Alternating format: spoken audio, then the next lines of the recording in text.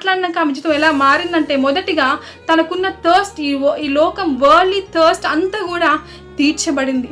ఎందుకంటే నిజమైన ప్రేమ స్వరూపైన దేవుణ్ణి కలుసుకున్నప్పుడు ఆమెకు ఆ సంతోషము, ఆనందం హృదయంలో కలిగింది.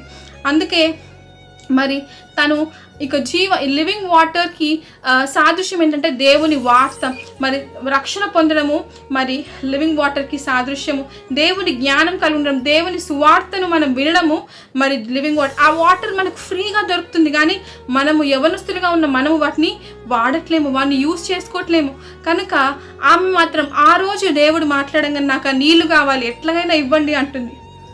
ఈరోజు మనం అవైలబుల్గా ఉన్న దాన్ని యూజ్ చేసుకోవట్లేము, దాన్ని అడగట్లేము.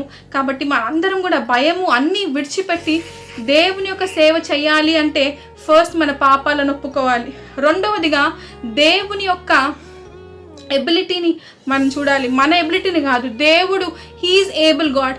నేను ఆయన ద్వారా నేను వర్క్ చేస్తాను, ఆయనను బట్టి నేను ఆయన సేవలో ఒక పాత్రగా నేను వాడబడతాను అని అనుకుంది.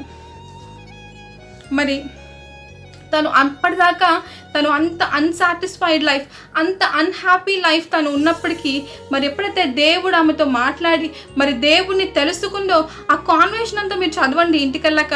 అక్కడ మరి ఆమెకు ఒక డౌట్ కలిసింది. ఏంటంటే, అయ్యా నువ్వు ప్రవక్త, ఎందుకంటే నా జీవితాన్ని చెప్పావు కనుక నువ్వు ఒక ప్రవక్తని నమ్ముతున్నాను అంటది. అన్నాక అక్కడ తను ఒక డౌట్, అంటే తనకు తెలుసు నేను ఆరాధిస్తున్నాను కానీ, మేము సమరయులను ఆరాధిస్తున్నాం కానీ యూదులు ఆరాధించే దేవుడే నిజమైన దేవుడు అని ఆమెకు అనిపించింది. అందుకే ఆమె అడుగుతుంది ఏంటంటే, మరి మేమెందుకు ఆ కొండ గెరాసిన్ కొండకి మరి మేము అక్కడ వర్షిప్ చేస్తున్నాము, ఎందుకు ఇజ్రాయెల్లో జెరూసలేంలో చేస్తున్నారు అని అడిగినప్పుడు దేవుడు అంటాడు, నేను ఆత్మని.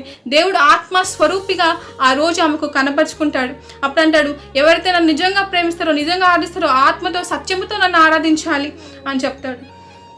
కనుక తన యొక్క హార్ట్లో మరి నిజంగా తను ఆ రోజు నిజంగా దేవుని ప్రేమను రుచి చూసి తెలుసుకుంది.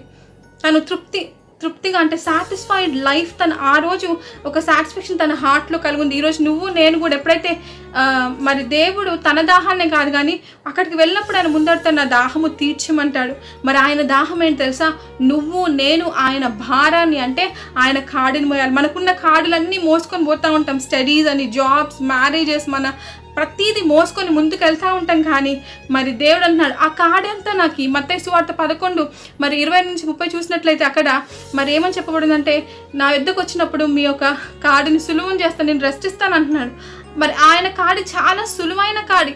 మరి కీర్తన 55:22 చూసినట్లయితే, నీ భారం యెహోవా మీద మోపప్పుడు ఆయన నేను ఆదుకుంటే, మన భారాలు మన హృదయంలో మోసుకొని వెళ్తా ఉన్నాం, మన పాపాలను మన ప్రతీది మోసుకొని వెళ్తున్నాం కనుక దేవునికి మనం అందించట్లేదు కనుక దేవుడు మన హృదయం తేలికగా లేకుండా, లైట్గా లేదు, ఎప్పుడు హెవీనెస్తో, పాపము, భారం ఇవన్నీ కలిగి ప్రెషర్స్తో జీవిస్తున్నాం.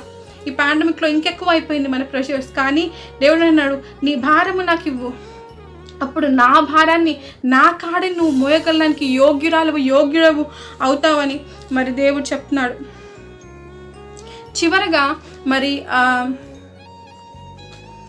యోహాను సువార్త 4:39 చూసినట్లయితే మరి ఆమె ఊరికనే ఉండలేదు. తనొక్కతే ఆనందం పొందలేదు, సంతోషం పొందలేదు, రక్షణను తీసుకోలేదు. కానీ తను అనుకుంది, నేను కూడా వెళ్ళి నా ఊర్లో ఉన్న వారందరికీ చెప్తాను ఏంటంటే నిజమైన మెస్సయ్య నాకు దొరికాడు, యేసుప్రభువుని చూసాను, నాతో మాట్లాడాలని ఆమె మాటలు వెళ్ళి అక్కడున్న ఊర్లో ఉన్న వారందరికీ చెప్పినప్పుడు వారందరూ అక్కడ ఏమంటుందంటే, ఆమెను బట్టి వారందరూ యేసుప్రభువు యందు విశ్వాసం ఉంచారని ఉంటుంది. ఆమెను బట్టి చూసారా, ఎటువంటి యూస్లెస్ వెసల్గా ఉన్న తనని గాడ్ కలిగి ఉన్నప్పుడు అది చాలా యూస్ఫుల్ వెసల్గా తను మారింది. మన జీవితాలు కూడా దేవుడు అలాగే మార్చాలని ఆశపడుతున్నాడు.